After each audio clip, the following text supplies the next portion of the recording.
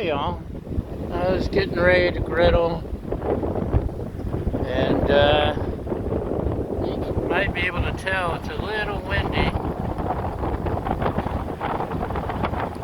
It wasn't until the last 30 minutes or so. The joys of living in paradise. I've got some meat I've had seasoned and marinating in the dry rub. I know it doesn't marinate in the dry rub. Shut up. Anyway, no griddling tonight. My griddle just takes the wind, and I'm kind of useless to even try.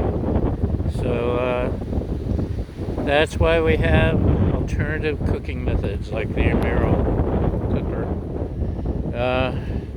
They're country ribs, country pork ribs. I'll either air fry them or pressure cook them. I haven't decided yet. We'll give it a shot.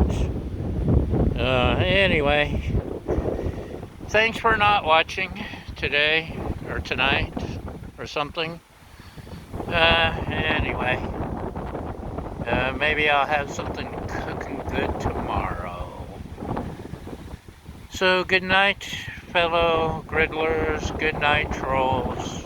Good night, moon. We'll see you next time. Bye!